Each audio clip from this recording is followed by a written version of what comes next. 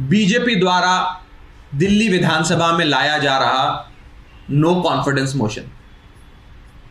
आप सब जानते हैं कि दिल्ली विधानसभा 70 विधायकों की विधानसभा है। किसी भी पार्टी को सरकार बनाने के लिए 70 में से 36 कम से कम चाहिए होते हैं, बहुमत के आंकड़े से एक ज्यादा।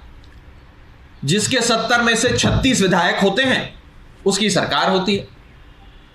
आम आदमी पार्टी के 70 में से 62 विधायक हैं, 62, और बीजेपी के मात्र 8 विधायक हैं।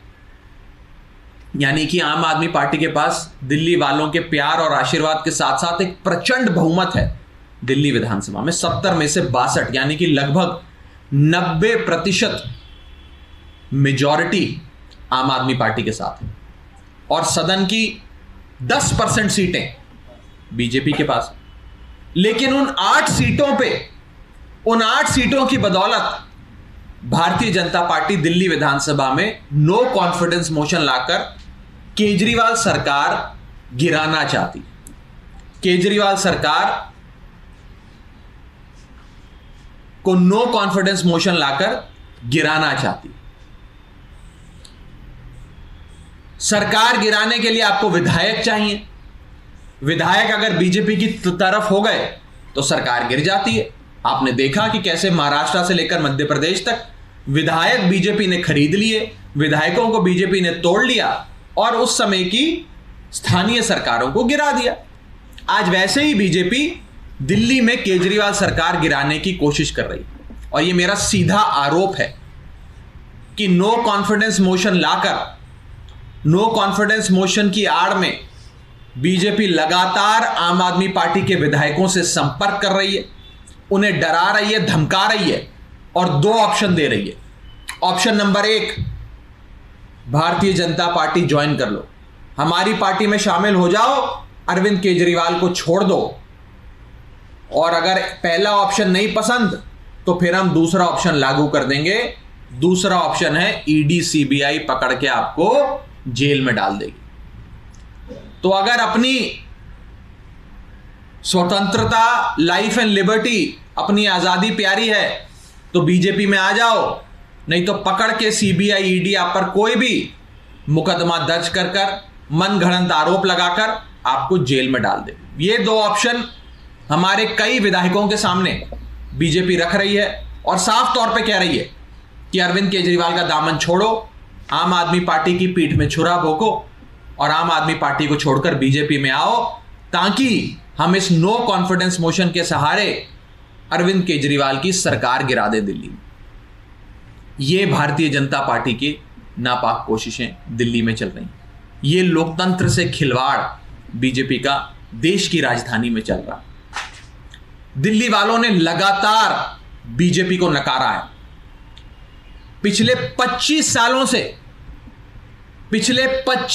से दिल्ली में दिल्ली सरकार बनाने के लिए जितने चुनाव हुए, सारे चुनाव बीजेपी हारी। 25 सालों से बीजेपी दिल्ली की सत्ता से बाहर है। 2013 में जब आम आदमी पार्टी ने पहला चुनाव दिल्ली का लड़ा, बीजेपी हारी। 2015 में जब आम आदमी पार्टी ने दूसरा चुनाव दिल्ली में लड़ा, बीजेपी हारी। जब 2020 में आम आदमी पार्टी ने तीसरा चुनाव दिल्ली में लड़ा, बीजेपी हारी। आज बीजेपी हार हार कर भी सबक नहीं ले पाई। अब चोर दरवाजे से जोड़ तोड़ कर खरीद फरोख्त कर और केंद्रीय जांच एजेंसियों का, सीबीआई और ईडी का दुरुपयोग कर हमारी सरकार तोड़ने की कोशिश कर रही है। हमारे विधायकों को बुलाकर बीजेपी के नेता कहते हैं कि अगर हम मनीष सिसोदिया का यह हाल कर सकते हैं तो तुम तो साधारण विधायक हो, तुम्हारा तो कितना बुरा हम हाल कर सकते हैं तुम सोच भी नहीं सकते। हमारे एमएलएस को साफ तौर पे कहा जा रहा है, ब्लैकमेल किया जा रहा है, डराया जा रहा है, धमकाया जा रहा है कि या तो बीजेपी में शामिल हो जाओ या ईडी सीबीआई तुम्हारे पीछे लगा देंगे, पकड़ के जेल में बंद कर देंगे, फिर बेल भी नहीं होगी। सीधी धमकी हमारे लोगों को दी जा रही है। और मैं इस सरकार बनाने का दावा करने वाली बीजेपी को दिल्ली में 70 में से मात्र 8 विधायक होने के बावजूद भी सरकार बनाने का दावा करने वाली भारतीय जनता पार्टी को कहना चाहता हूं कि आम आदमी पार्टी के लोग उस मिट्टी के नहीं बने जो दगा दे दें दिल्ली के लोगों को या अपनी पार्टी को। आपने कई बार कोशिशें करी हमारे विधायक खरीदने की, 2013 में भी करी, 2015 में भी करी, 2019-20 में भी करी, 2022 में भी करी, लेकिन आप हमारे एक विधायक को नहीं तोड़ पाए। एक विधायक को। आम आदमी पार्टी कांग्रेस पार्टी नहीं है जिसके विधायक डर के या प्रलोभन के चलते अपनी पार्टी छोड़कर बीजेपी में शामिल हो जाए। यह आम आदमी पार्टी आंदोलन की कोख से जन्मी पार्टी है। हम उस मिट्टी के नहीं बने कि हम अपनी पार्टी छोड़कर बीजेपी के पास चले जाएं और दिल्ली वालों से दगा कर लें। मेरा बीजेपी को यही सुझाव रहेगा कि ये नापाक कोशिशें बंद करिए।